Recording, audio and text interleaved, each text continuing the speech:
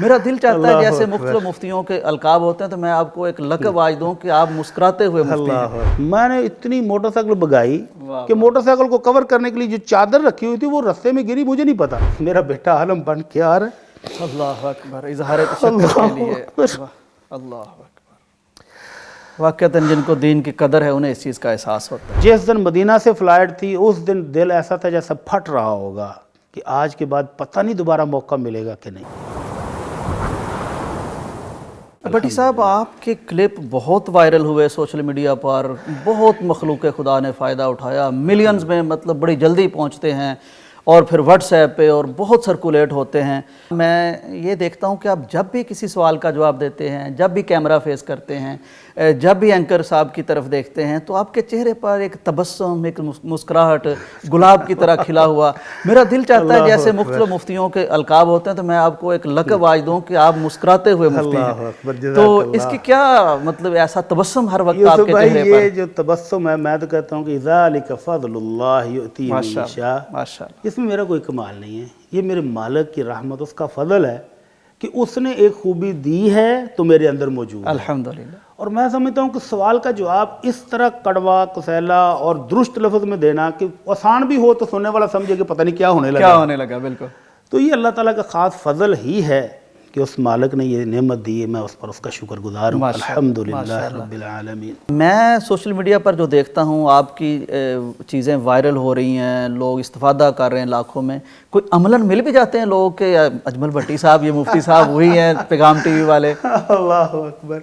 ابھی تازہ ترین جو ہے وہ علامہ ابتسام لئی ظہیر حافظ اللہ کے بیٹے کے ولیمہ تھا، ٹھیک ہے، تو مجھے بھی دعوت تھی، تو میں جب وہاں پہنچا تو وہاں پر میرے پی ایچ ڈی کے سی آر صاحب بھی تھے، تو وہ اتنے لوگ ملے، اتنے لوگوں نے زبردستی سیلفیاں لے لی، میں روکتا رہا گئی یار بات ہے جو ہم لوگوں کو روکتے ہیں، مفتی پیغام ٹی وی ان کے ہاتھ آئے تھے، ایک بندہ آ رہا ہے تو 10 اس کے پیچھے، میں نے بھی ماشاءاللہ۔ تو وہ مجھے باہر نکلنا تو کہتا ہے یار یہ کیا ہو گیا لوگوں کو، سارے لوگ آپ کے ساتھ تصویریں اترائی جا رہے۔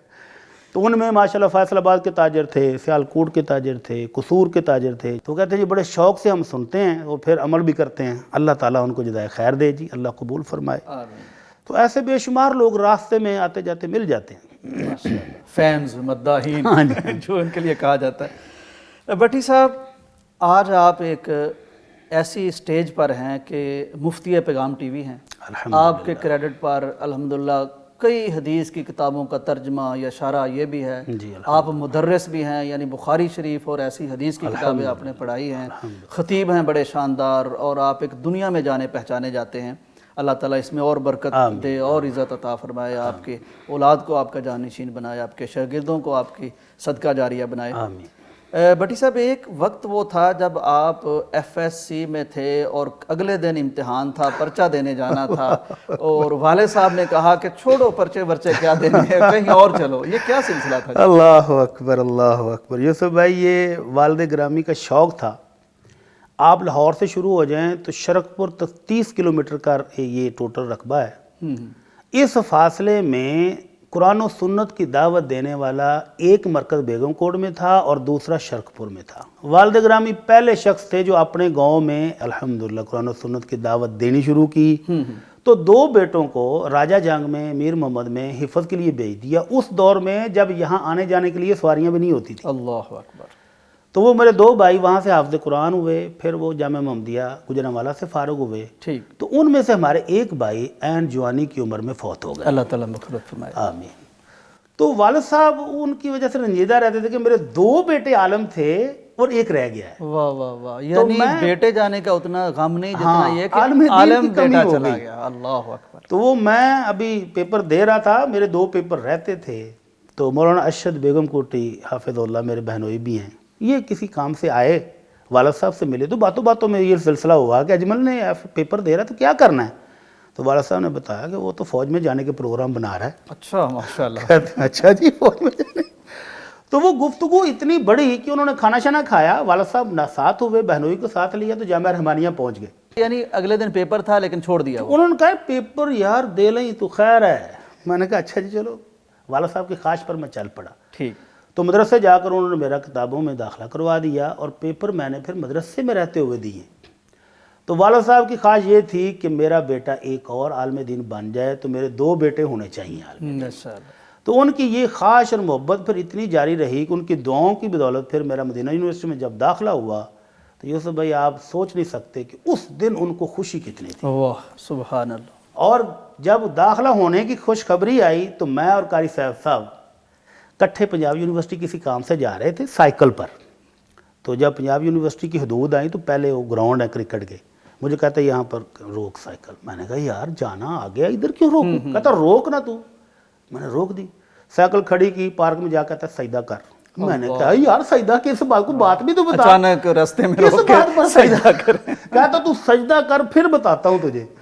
میں نے سجدہ کیا، اٹھ کے پوچھا کیا ہوا، جب پھر ڈال کے کہتا ہم دونوں کا مدینے میں داخلہ ہو واہ گیا۔ ماشاءاللہ، کیا اللہ نے قبول فرمایا۔ الحمدللہ۔ تو میں وہاں سے والد صاحب نے اس دور میں موٹر سائیکل لے کر دی ہوئی تھی، میں نے اتنی موٹر سائیکل بگائی کہ موٹر سائیکل کو کور کرنے کے لیے جو چادر رکھی ہوئی تھی وہ رستے میں گری، مجھے نہیں پتا۔ گھر پہنچے، والدہ کو بتایا، وہ بھی خوشی سے آنسو آ گئے۔ والد صاحب کو بتایا، والد صاحب تو اتنے خوش، آنکھوں میں آنسو بھی ہیں، جا کر 2 نفل پڑھے اور پھر پوری فیملی کو جمع کر لیا کہ میرے بیٹے کا مدینہ میں داخلہ ہو گیا اور میرا بیٹا پڑھنے جا رہا ہے۔ سب کو مٹھائی کھلائی۔ اور جب میں وہاں پڑھ رہا تھا تو آخری سال میں اتنے خوش، لیٹر بھی آتے تھے نا تو بڑے خوش، اور والدہ بعد میں بتایا کرتی تھی کہ بات بات پر رو دیتے تھے کہ میرا بیٹا عالم بن کے آ رہا ہے۔ اللہ اکبر، اظہار تشکر کے لیے اللہ اکبر۔ واقعتاً جن کو دین کی قدر ہے انہیں اس چیز کا احساس ہوتا ہے۔ لیکن مجھے دکھ اس بات کا ہے کہ یہ خوشی وہ دیکھ نہیں سکے۔ میرے وہاں سے آنے سے 2 ماہ پہلے وہ اللہ کو پیارے ہوئے۔ اللہ اکبر، اللہ تعالیٰ قبر منور فرمائے انشاءاللہ۔ بٹی صاحب ان کے لیے لگایا ہوا پودا پھل دے رہا ہے، صدقہ یوسف بھائی جاریہ۔ ان کی بھی ایک خواہش تھی۔ مدرسے میں پڑھتے ہوئے ایک دفعہ میں مدرسہ چھوڑ کے گھر چلا گیا تھا، تو بڑی شفقت سے، بڑی محبت سے سارا پوچھا کہ کیوں چھوڑا ہے۔ میں نے کہا جی میں آپ کاروبار کروں گا، آپ بزرگ ہو گئے ہیں، میں آپ کا دست بازو بنوں گا۔ صبح کو پھر اسی طرح شفقت سے جگایا، نماز پڑھائی، سامان پکڑایا، اور ایک لفظ کہا انہوں نے بھی، ایک جملہ کہ بیٹا اگر تو یہ سمجھتا ہے کہ ہم تجھے اس لیے پڑھا رہے ہیں کہ ہمیں تمہاری کمائی چاہیے تو یہ تو غلط سمجھا ہے۔ ہم نے تمہیں مدرسے میں اس لیے داخل کروایا ہے کہ تو عالم دین بن جائے گا اور کل کو ہمارے لیے دعا کرے گا۔ اللہ اکبر۔ تو بیٹا جاؤ، تمہاری کمائی کی مجھے ضرورت نہیں۔ واللہ سارے سال میں جب آتا تو بہت سارے ہمارے دوست تھے جو وہاں سے اسکالرشپ میں سے بچت کر کے گھر والوں کو دیتے تھے، اور میں جب آتا تو والد صاحب کو کہتے کتنے پیسے چاہیے دینی، اور ہر سال 10-12 نئے کپڑے کے سوٹ مجھے بنا کے دیتے۔ ایک سال میں نے نہیں لیے تو میرے ایک دوست کو پیسے دیے کہ یار تجھے پتا ہے میرا بیٹا کہاں سے کپڑے لیتا تھا، تو وہ بنوا کے تو اس کو پارسل کر دو۔ کیا محبت ہے۔ تو اس محبت کے ساتھ یوسف بھائی ایک سال میں جب چھٹیوں میں آیا تو انہوں نے میرے 2 ماہ کے سارے جمعے خود بک کر دیے۔ ایک جمعہ تم نے وہاں پڑھانا ہے، ایک تم نے وہاں پڑھانا ہے، ایک تم نے وہاں پڑھانا ہے۔ ان مسجدوں والوں سے خود رابطہ کیا، میرا بیٹا آیا ہوا جمعہ پڑھائے گا۔ تو میں نے کہا ابا جی اچھا نہیں لگتا، وہ کہیں کہتا ہے یار اچھا نہیں لگتا، کیوں نہیں لگتا، دین کی دعوت دینی ہے۔ تو وہ بڑے مشتاق تھے کہ میرا بیٹا اس سال جو ہے نا وہ عالم دین بن کے آ رہا ہے۔ بس اللہ تعالیٰ قبول فرما لے ان کی یہ نیکی، اور مجھے ان کے لیے صدقہ جاریہ بنا دے۔ آمین آمین۔ بھٹی صاحب بہت بڑا کرم ہے اللہ کا، مدینے میں سانس لے لینا، پھر آپ نے علم حاصل کیا، حج، عمرہ، پھر بھٹی صاحب دل پہ پتھر رکھ کے ایک وقت آتا ہے کہ آپ کو وہ سرزمین چھوڑنی پڑتی ہے، کیا گزری؟ اللہ اکبر۔ یوسف بھائی مسجد نبوی، اس کی محبت آپ سوچ نہیں سکتے کہ ہم نے اس سے کس طرح فائدہ اٹھایا ہے۔ کوئی دن ایسا نہیں تھا کہ جس دن ہم حرم نہ جائیں۔ یعنی ہر روز عصر کی نماز پڑھ کے قاری صاحب اور میں عصر کی نماز سے پہلے سوتے تھے تھوڑا سا، اور اپنا سامان تیار کر کے ٹیبل پر رکھ کے سوتے تھے کہ عصر کی نماز کے بعد دوبارہ کمرے میں نہیں آنا، پہنچنا ہے مسجد سے باہر بس سٹینڈ تھا، وہاں سے بسوں پر یونیورسٹی پر بیٹھنا ہے اور حرم چلے جانا ہے، اور عشاء کے بعد وہاں سے آنا ہے۔ اور مجھے نہیں یاد میں 5 سال رہا ہوں، قاری صاحب 4 سال، کوئی ایک جمعہ ہم نے حرمین کے باہر پڑھا ہو۔ یعنی ایک تو وہ جو حج کی وجہ سے ادھر ادھر نکلا، ہم عید پر تھے اور جمعہ ادھر ہوا، اس کے علاوہ کوئی جمعہ کسی دوسری مسجد میں پڑھنے کا تصور ہی نہیں تھا۔ ہم 10 ساڑھے 10 بجے تیار ہو کے چلے جاتے تھے۔ قاری صاحب ماشاءاللہ تہجد گزار آدمی تھے، اور میں کمی کوتاہی والا، تو میں پھر صبح جا کے پڑھ لیتا تھا. قاری صاحب قرآن مجید تلاوت کرتے رہتے اور میں نوافل پڑھتا رہتا، حتیٰ کہ جمعہ خطبہ شروع ہوتا، پھر خطبہ سن کے پھر ہم واپس آتے. تو یہ جو محبت تھی. اور عمرے تو مجھے نہیں یاد کہ ہم نے کتنے کی ہیں. ماشاءاللہ. یونیورسٹی بھی بہانے بناتی تھی، جیسے ہی ہم گئے ہیں تو لو جی نئے سال کا عمرہ، پھر جن کے 90+ نمبر آئے ہیں ان کا عمرہ، پھر ایک اور اضافی عمرہ، پھر ہم نے یار اب چھٹیاں تو چلو عمرہ، واپس جا رہے ہیں تو پھر عمرہ. اب یہ محبت بڑھتی رہی دن بدن. اور جس سال ہم نے آخری حج کیا اور جب واپس آئے ہیں تو سارا راستہ ہم روتے ہوئے آئے ہیں.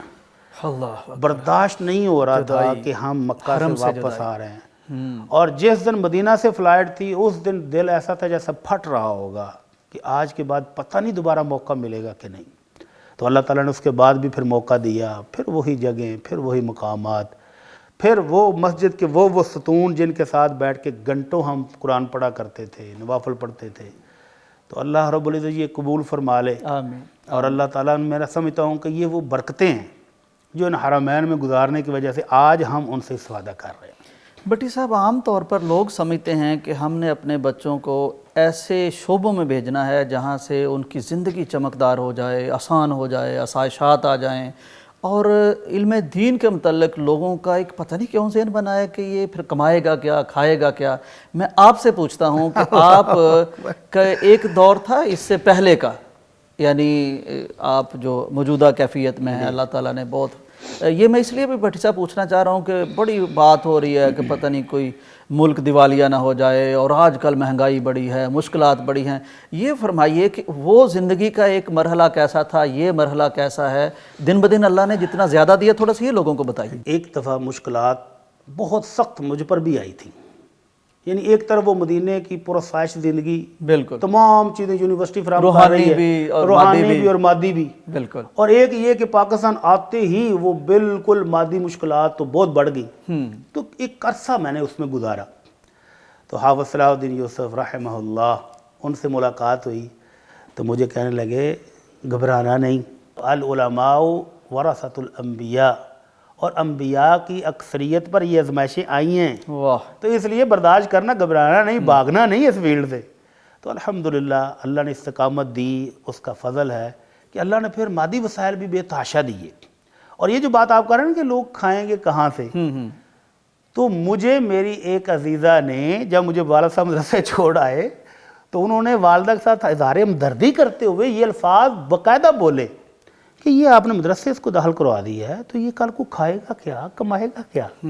اور آج الحمدللہ ان بچوں سے جن کو انہوں نے بہت دنیاوی تعلیم دلوائی اور بڑے بڑے آفیسر بنائے، الحمدللہ میرے پاس ان سے کئی گنا زیادہ وسائل ہیں. الحمدللہ. وسائل بھی زیادہ ہیں اور باقی چیزیں جو آپ تذکرہ کر رہے ہیں وہ تو ان کے پاس ہے نہیں. ہے ہی نہیں ہے. بالکل. تو اللہ تعالیٰ نے دونوں طرف سے نوازا ہے الحمدللہ. بٹی صاحب، آپ پیغام ٹی وی میں تشریف لے آئے، اس سے پہلے اللہ نے آپ کی بڑی تربیت کی. آپ نے بطور مدرس حدیث پڑھائی، آپ نے بطور ریسرچ اسکالر دارالسلام میں بہت گراں قدر خدمات سر انجام دیں.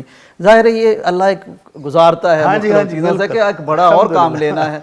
تو اب آپ یہاں آ گئے، یہ فرمائیے کہ یہاں آپ کو کیسا محسوس ہوتا ہے، اور خصوصاً یہ فرمائیے کہ جدید جو ماڈرن ایج ہے اس میں اس میڈیا کی کتنی ضرورت ہے، اور پیغام ٹی وی آپ کے خیال میں کیا خدمت سر انجام دے رہا ہے؟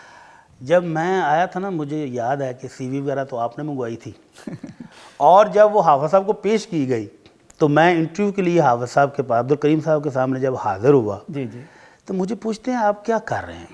میں نے کہا جی میں اس وقت فلاں مدرسے میں پڑھا رہا ہوں.